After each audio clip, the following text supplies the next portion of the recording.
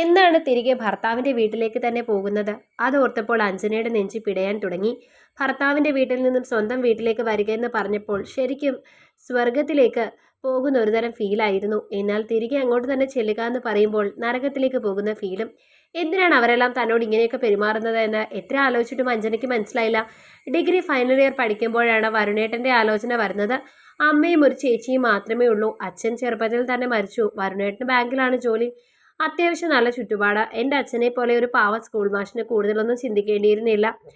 അങ്ങനെയാണ് വിവാഹം നടന്നത്. എന്നാൽ വിവാഹം കഴിഞ്ഞപ്പോൾ മുതൽ തുടങ്ങിയതാണ് അവിടുത്തെ ഓരോ പ്രശ്നം. വരുണേട്ടന്റെ മുന്നിൽ അമ്മ നല്ല പിള്ള ചമയും, എന്നോട് സ്നേഹത്തോടെ പെരുമാറും. പക്ഷെ വരുണേട്ടനൊന്ന് അപ്പുറത്തോട്ടോ ഇപ്പുറത്തോട്ടോ നീങ്ങിയാൽ അമ്മയുടെ തനിക്കോണം കാണിക്കും. കാര്യത്തിൽ ഞാൻ ഒരു കാര്യത്തിനും കൂടുതൽ ഇടപെടുന്ന ആൾക്ക് ഇഷ്ടമല്ല. എല്ലാം സ്വയം ചെയ്തു കൊടുക്കണം. എന്തെങ്കിലും ഞാനായിട്ട് ചെയ്തു കൊടുക്കുന്നുണ്ടെങ്കിൽ എൻ്റെ മോനെ നീ സാരത്തുമ്പിൽ കെട്ടിയിടാനാണോ, നീ സോപ്പിട്ട് എൻ്റെ മോനെ കുപ്പിയിലാക്കണ്ട എന്നുള്ള ഡയലോഗുകൾ മുഴുവൻ കേൾക്കേണ്ടി വരും. അവരുടെ കാട്ടിക്കൂട്ടലുകളെല്ലാം കാണുമ്പോൾ തോന്നും വരുണേട്ടൻ്റെ കാമുകയാണ് ഞാനെന്ന്. ഒരു ഭാര്യയുടെ സ്ഥാനം ഇന്നും അംഗീകരിച്ചു തരാൻ അവർക്ക് കഴിഞ്ഞിട്ടില്ല.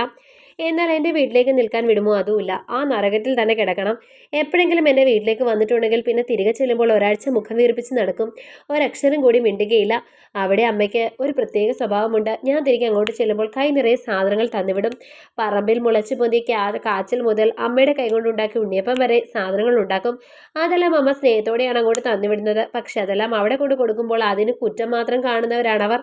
എന്നിട്ട് മൂക്കുമുട്ടയെല്ലാം തിന്നുകയും ചെയ്യും. ആദ്യം ഒന്ന് കുലസ്ത്രീ ചവന്ന ഞാൻ വരുണേട്ടനോട് അവിടെ നടക്കുന്ന കാര്യങ്ങളൊന്നും പറഞ്ഞു കൊടുത്തില്ല. പക്ഷേ പിന്നീട് എനിക്ക് മനസ്സിലായി അത് വെറും മണ്ടത്തരമാണ്. കാരണം അവിടെ നടക്കുന്ന കാര്യങ്ങളെല്ലാം അമ്മ വളച്ചൊടിച്ച് എനിക്കെതിരായി പറഞ്ഞു കൊടുക്കുന്നുണ്ട്.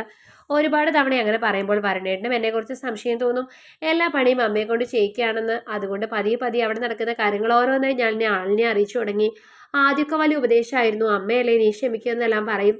പിന്നെ പറഞ്ഞിട്ട് കാര്യമില്ലെന്ന് മനസ്സിലാക്കി ഞാനൊന്നും മിണ്ടാറില്ല. എങ്കിലും ആള് വീട്ടിൽ കണ്ണു തുറന്ന് നടക്കാൻ തുടങ്ങി. അതോടെ അവിടെയുള്ള പല കാര്യങ്ങളും ആളിനെ നേരിട്ട് കാണാനും കഴിഞ്ഞു. അതോടെ മനസ്സിലായി എത്രത്തോളം അസ്വസ്ഥതകൾ സഹിച്ചാണ് ഞാൻ അവിടെ നിൽക്കുന്നതെന്ന്. ആ ഇടയ്ക്കാണ് ഞാൻ ഗർഭിണിയാണെന്ന് അറിയുന്നത്. എൻ്റെ നന്മയ്ക്ക് വേണ്ടിയിട്ടാണെന്ന് തോന്നുന്നു ഡോക്ടർ ഒരു ഉപദേശം കൊടുത്തത്. വൈഫിന് ഇപ്പോൾ വേണ്ടത് സന്തോഷമാണ്. അത് മാക്സിമം നിങ്ങൾ കൊടുക്കാൻ ശ്രമിക്കണം. സ്വന്തം കുഞ്ഞിന്റെ കാര്യത്തിൽ റിസ്ക് എടുക്കാൻ ആൾക്ക് പറ്റുമായിരുന്നില്ല. ഒരു ദിവസം എന്നെ അനാവശ്യമായി ചീത്ത പറഞ്ഞ അമ്മയോട് ചെറിയ ശബ്ദത്തിൽ ആളൊന്ന് കയർത്തു. അതോടെ പിന്നെ വലിയൊരു നാടകമാണ് അവിടെ അരങ്ങേറിയത്. എൻ്റെ തലയണ മന്ത്രം കേട്ട് അമ്മയെ വീട്ടിൽ നിന്ന് അടിച്ചു ഓടിക്കാൻ ശ്രമിച്ച കഥയിലെ നായകനായി വരുണേട്ടൻ. ഇവരെ കൊണ്ടെല്ലാം ഇതൊക്കെ ചെയ്യിപ്പിക്കുന്ന ഒരു വില്ലത്തി ഞാനും. അമ്മ നെഞ്ചത്തടിക്കുന്നു, നിലവിളിക്കുന്നു. അപ്പോഴേക്കും നാട്ടുകാരെല്ലാവരും ഓടി വരുന്നു. അതോടെ വരുണേട്ടൻ നിയന്ത്രണം നഷ്ടപ്പെട്ടു. ഇത്രയും നാൾ അവിടെ നടന്ന കാര്യങ്ങൾ മുഴുവൻ ആൾ വിളിച്ചു പറഞ്ഞു. അത് പിന്നെ വലിയ പ്രശ്നമായി. അമ്മയായിട്ട് തന്നെ ഞങ്ങളോട് ഇറങ്ങിപ്പോയിക്കോളാൻ പറഞ്ഞു.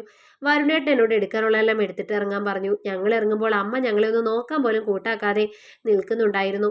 എങ്കിലും മനസ്സിന് വല്ലാത്തൊരു സമാധാനം തോന്നി. ഇനി ആ ദുർമുഖം കാണണ്ടല്ലോ. തിരിച്ച് ഈ വീട്ടിലേക്ക് തന്നെ വരേണ്ടി വരരുത് എന്ന് മാത്രമാണ് ആ പടിയിറങ്ങുമ്പോൾ ആത്മാർത്ഥമായി പ്രാർത്ഥിച്ചത്. അവിടെ നിന്ന് വരുണേട്ടൻ എന്നെ നേരെ കൊണ്ടുപോയത് ചെറിയൊരു ടെറസ് വീട്ടിലേക്കാണ്. ഭംഗിയുള്ളൊരു കൊച്ചു വീട്. വാടക വീടാണെങ്കിൽ കൂടി ആ വീടിനോടൊരു പ്രത്യേക മമത വന്ന് നിറയുന്നത് അറിഞ്ഞു. അപ്പോഴാണ് വരുണേട്ടൻ മറ്റൊരു കാര്യം പറയുന്നത്. കയ്യിലുണ്ടായിരുന്ന പണം മുഴുവൻ കൂട്ടിവെച്ച് അദ്ദേഹം വാങ്ങിയതാണത്ര ഈ വീട്. അതോടെ മനസ്സ് നിറഞ്ഞു. ഇനി ഇവിടെ നിന്ന് എങ്ങോട്ടും പോകണ്ട. ഞങ്ങളുടേതായ ഒരു കൊട്ടാരം. ഗർഭകാല അസ്വസ്ഥതകൾ വേണ്ടുപോലുമുണ്ട്. എന്നാലും അതെല്ലാം ആസ്വദിക്കുകയാണ് ഞാൻ. കാരണം ഇവിടെ ഞങ്ങൾ രണ്ടുപേരും തമ്മിലുള്ള സ്നേഹം മാത്രം കാണാനുള്ളൂ. മുഖം വീർപ്പിക്കാനും ശപിക്കാനും ഒന്നും ആരും തന്നെയില്ല. അതിൻ്റെ ഒരു സുഖം അതൊന്ന് വേറെ തന്നെയാണ്. കഥ നിങ്ങൾക്കിഷ്ടമായെങ്കിൽ ലൈക്ക് ചെയ്യൂ. നിങ്ങളുടെ അഭിപ്രായങ്ങൾ കമൻ്റായി രേഖപ്പെടുത്തൂ. കൂടുതൽ കഥകൾ കേൾക്കാൻ ഈ ചാനൽ സബ്സ്ക്രൈബ്